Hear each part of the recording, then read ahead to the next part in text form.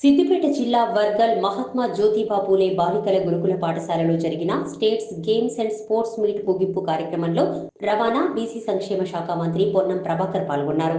ఈ సందర్భంగా ఆయన మాట్లాడుతూ తెలంగాణ వ్యాప్తంగా ఉన్న 25,000 స్కూళ్లలో 1,100 కోట్లతో మౌలిక సదుపాయాలు కల్పించామన్నారు. 2010 నుండి మోడల్ స్కూల్ ఉపాధ్యాయులకు బదిలీలు లేవని, వారిని బదిలీ చేసి వాళ్లలో ఉన్న అసహనాన్ని తొలగించామన్నారు. విద్యార్థులకు ఎక్కడా ఇబ్బంది కలగకూడదనే అన్ని ఏర్పాట్లు చేస్తున్నట్లు తెలిపారు. నాణ్యమైన ఆహారం అందించడానికే డైట్ కాస్మెటిక్ ఛార్జీలు పెంచామని, 5,000 కోట్లతో 30 ఎకరాల్లో యంగ్ ఇండియా రెసిడెన్షియల్ స్కూళ్లు తీసుకొస్తున్నామన్నారు. అయితే అక్కడక్కడ ఫుడ్ పాయిజన్ కేసులు నమోదవుతున్నాయని, ఎక్కడైనా అలాంటి కేసులు ఉన్నట్లయితే అధికారులపై చర్యలు తప్పకుండా తీసుకుంటామన్నారు. తల్లిదండ్రులను వదిలి పిల్లలు ఇక్కడికి వస్తున్నారు కాబట్టి వాళ్లను మన పిల్లల్లాగే చూసుకోవాలన్నారు. విద్యార్థుల ఉజ్వల భవిష్యత్తు బాగుండాలంటే ఇప్పటి నుండే కష్టపడి పైకి రావాలని సూచించారు. అదేవిధంగా కాంగ్రెస్ పార్టీ ఏడాది కాలంలో చేసిన కార్యక్రమాల ప్రోగ్రెస్ రిపోర్ట్ ను తెలంగాణ సమాజం ముందు ఉంచుతామన్నారు మంత్రి పొన్నం. ముందే చెప్తాను, సమాధాన భేద దండ మర్యాదగా చెప్తాం.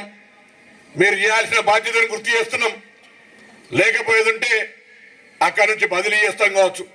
దాని తర్వాత కూడా మళ్ళీ అక్కడనే కంటిన్యూ అయితే మంచి ఇంటికి పంపించి ఇంటికాడ కూర్చోబెడతాం తప్ప మీ ద్వారా పిల్లలు వేధింపానికి గురి అయితే మాత్రం ఊరుకునేది లేదు అనే మాట యావత్ సిబ్బందికి తెలియజేస్తా ఉన్నా. ఎవరిపైనా వ్యక్తిగతంగా కక్షలే, కానీ మీపై విశ్వాసం ఉండి, ప్రభుత్వంపై విశ్వాసం ఉండి తల్లిదండ్రులు వదిలి పిల్లలు ఇక్కడికి వస్తే వాళ్ళ పట్ల నిర్లక్ష్యంగా వ్యవహరించి ఫుడ్ పాయిజన్ కానీ ఇతరత్ర ఏదైనా ఆరోగ్యం బాగలేనప్పుడు సరిగా చూడకపోతే సంబంధిత అధికారి పైన చర్యలు ఉంటాయనేటువంటి మాట కూడా ఇది ప్రభుత్వ ఆదేశం. అందరూ కూడా బాధ్యతగా వ్యవహరించాలని కోరుతా ఉన్నాం. ఇది ఎవరి మీద నిర్బంధం కాదు, మీ బాధ్యత. ఆ బాధ్యతకు సంబంధించి అన్ని రకాల కార్యక్రమాలు జరుగుతా ఉన్నాయో అందులో ఇది కూడా ఒక బాధ్యతగా వ్యవహారం చేయండి. మీరు కూడా దయచేసి వసతులు లేదా ఇతరాత్ర కోసం ఆలోచన చేయకుండా మీ విద్యా బోధన పట్ల శ్రద్ధ పెట్టండి. తల్లిదండ్రులు గ్రామీణ ప్రాంతాల కష్టపడుతూ మీరు బాగా ఉజ్వలమైన భవిష్యత్తు రావాలని ఇక్కడికి పంపిర్రు. మీ ఉజ్వలమైన భవిష్యత్తు బాగుండాలంటే ఈ దశ విద్యార్థి దశ. మిగతా ఆలోచనలు పోకండి.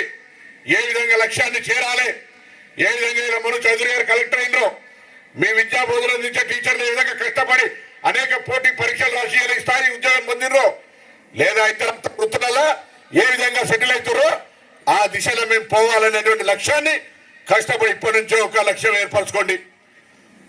జీవితం మళ్ళీ చేయలు దాటిపోతే రాదు. మా సహచార పార్లమెంట్ సభ్యులు రాజా గారు ఒక కథ చెప్తారు ఎప్పుడు కూడా. వెనకటికి ఒక టర్కీ టవల్ అంటే బూర్తువాల, మనం ఇప్పుడు మనం పచ్చ తెలంగాణల బూర్తువాల వెనకటికి 20-30 ఏళ్ల కింద availability of only like collector గారు మను చౌదరి లాంటి వాళ్ళు ఆడుకుందరు కావచ్చు, కానీ మన వాళ్ళు దొరకపోతుండే.